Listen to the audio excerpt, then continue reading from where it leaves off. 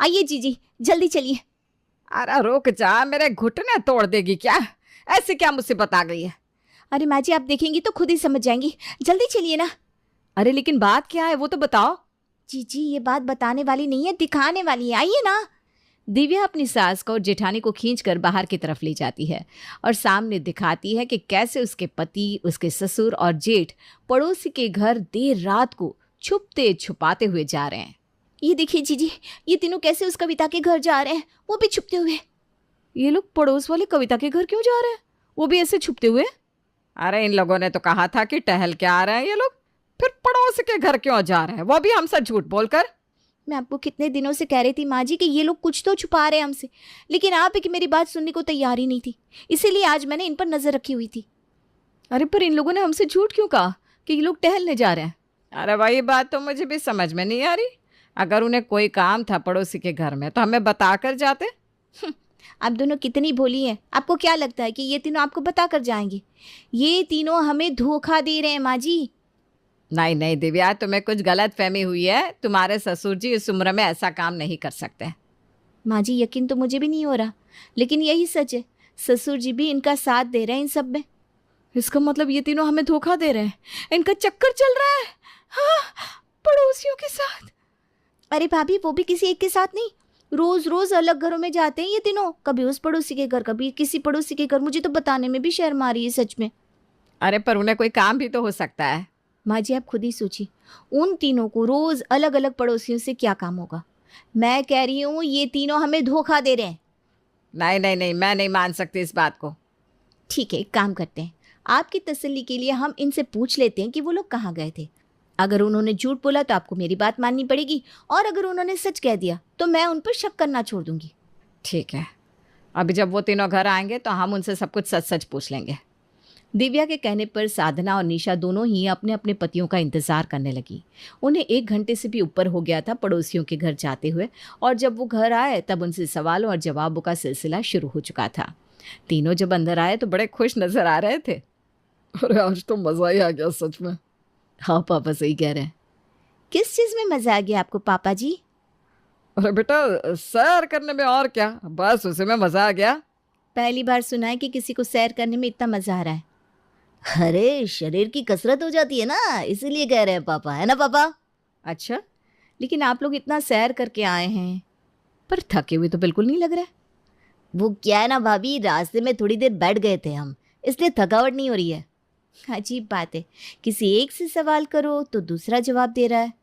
अरे ऐसी कोई बात नहीं है, तीनों साथ में गए थे ना इसलिए। हाँ भाभी, तीनों साथ में ही करते हैं सब कुछ, एक दूसरे के राज भी इन्हें पता ही होते हैं। आप तीनों कहीं और भी गए थे क्या? अरे नहीं, हम कहाँ जाएंगे, हम तो सीधा घर ही आते हैं, कहीं नहीं जाते। सच कह रहे हैं आप तीनों? सोच लीजिए कहीं गए हो शायद। अरे नहीं माँ, हमें पता है आप तीनों हमारा इंतजार कर रही हैं, तो हम कहीं नहीं जाते। सुना माँ जी, इन्हें हमारी कितनी फिक्र है, ये लोग हमें इंतजार ना करना पड़े इसलिए कहीं भी नहीं जाते। और नहीं तो क्या, साधना तो मुझे अच्छे से जानती है कि मैं उससे कितना प्यार करता हूँ। हाँ लेकिन अब लगता है कि शायद मैं आपको जानती ही नहीं हूँ। क्या मतलब? मतलब कि आप बहुत होशियार हो गए हैं ना अब, इसलिए। अरे वो तो क्या है ना, तुम्हारे साथ का असर है साधना, बस। दिव्या और अपनी पत्नियों के बार बार पूछने पर भी इन तीनों ने बताया नहीं कि वो लोग कल रात को पड़ोसियों के घर गए थे, और अब तो उनकी पत्नियों का शक और भी ज्यादा पक्का हो चुका था। क्या हुआ निशा बहू, इतने गुस्से में क्यों अंदर आ रही हो? माँ जी अभी ये लोग ऑफिस जा रहे थे, तभी ये पड़ोस की जया इन लोगों के सामने देखकर मुस्कुरा रही थी। मुझे इतना गुस्सा आ रहा था कि उस जया का मुंह ही तोड़ दूं। लेकिन अब जया का मुंह तोड़ने से क्या फायदा, जब हमारे खुद के ही सिक्के खोटे हैं तो। हाँ माँ जी, इसीलिए तो अभी तक चुप बैठे हैं, नहीं तो पता नहीं मैं क्या कर देती। लेकिन माँ जी हमें कुछ तो करना ही होगा, इन्हें रंगे हाथों पकड़ना ही होगा। हाँ ये तीनों तो कभी हमसे सच कहेंगे नहीं, इसलिए अब हमें सबूत इकट्ठा करके इन्हें रंगे हाथ पकड़ना होगा। माँ जी आज रात को जब ये पड़ोसी के घर जाएंगे ना, तब हम इनका पीछा करेंगे और इन्हें रंगे हाथ पकड़ भी लेंगे। लेकिन हमें सावधान रहना होगा, अगर इन्हें पता चल गया कि हम इनका पीछा करने वाले हैं तो ये लोग चौकन्ने हो जाएंगे। हाँ शातिर तो है ही, पर हम भी कम नहीं है माँ जी। आज इनके धोखे का आखिरी दिन होगा। एक बार हमने इन्हें रंगे हाथ पकड़ लिया, बस फिर तो ऐसा सबक सिखाएंगे कि याद रखेंगे सारी उम्र। दिव्या ने अपनी जिठानी और सास के साथ मिलकर आज तीनों की धोखे का पर्दाफाश करने का सोच लिया था। आज रात ये तीनों भी बड़े अच्छे से तैयार हो रहे थे। क्या बात है, आज तो नया नाइट सूट पहना है आपने? अरे वो बस ऐसे कभी कभी पहन लेना चाहिए ना। अच्छा, सैर पर जाने के लिए नया नाइट सूट? अच्छा, नया परफ्यूम भी लगा रहे हैं? ऐसे ही कुछ खास नहीं, गर्मी बहुत है ना तो परफ्यूम से अच्छी खुशबू आती है बस। अब मैं चलता हूँ, पापा और आरव मेरा इंतजार कर रहे होंगे। हाँ हाँ बिल्कुल, जाइए। बाहर आते ही तीनों एक साथ बाहर निकलने के लिए तैयार होते हैं।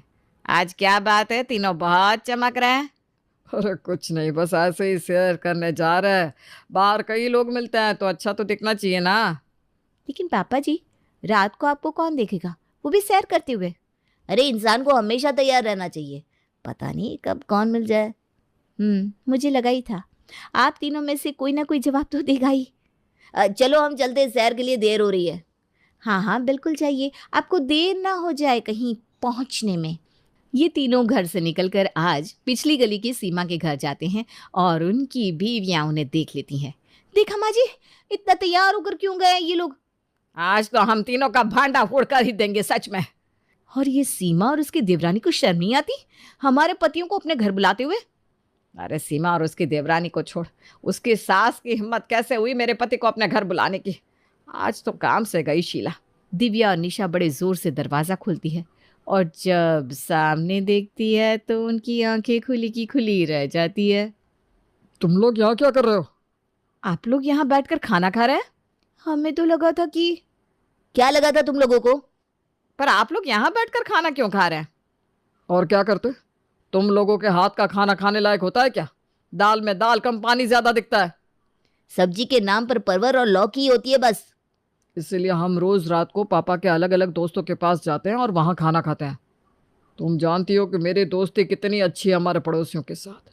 बस मैंने उनसे कहा और वो मान गए हमारी मदद करने के लिए। हमें माफ़ कर दीजिए, हमारी वजह से आपको रोज़ ये करना पड़ता है। आप लोगों ने कितनी बार कहा भी हमसे, लेकिन हमने आपकी बात को टाल दिया। लेकिन आगे से हम ध्यान रखेंगे जिससे आपको अलग अलग पड़ोसियों के पास न जाना पड़े। लेकिन तुम्हें पता कैसे चला कि हम यहाँ आए? वो हम लोग आपकी वो हमें आपकी फिक्र हो रही थी ना, इसीलिए हम आपके पीछे आए। चलिए जी, अब आ गए तो साथ में खाना खा लेते हैं। हाँ हाँ आ जाओ साधना। हाँ वे चलो, शीला तो बहुत सीधी निकली। क्या? अरे कुछ नहीं आंटी, माँ जी ये कह रही हैं कि आप कितनी अच्छी हैं, हमारे पतियों को खाना खिलाया आपने। हाँ हाँ, चलिए चलिए। आपने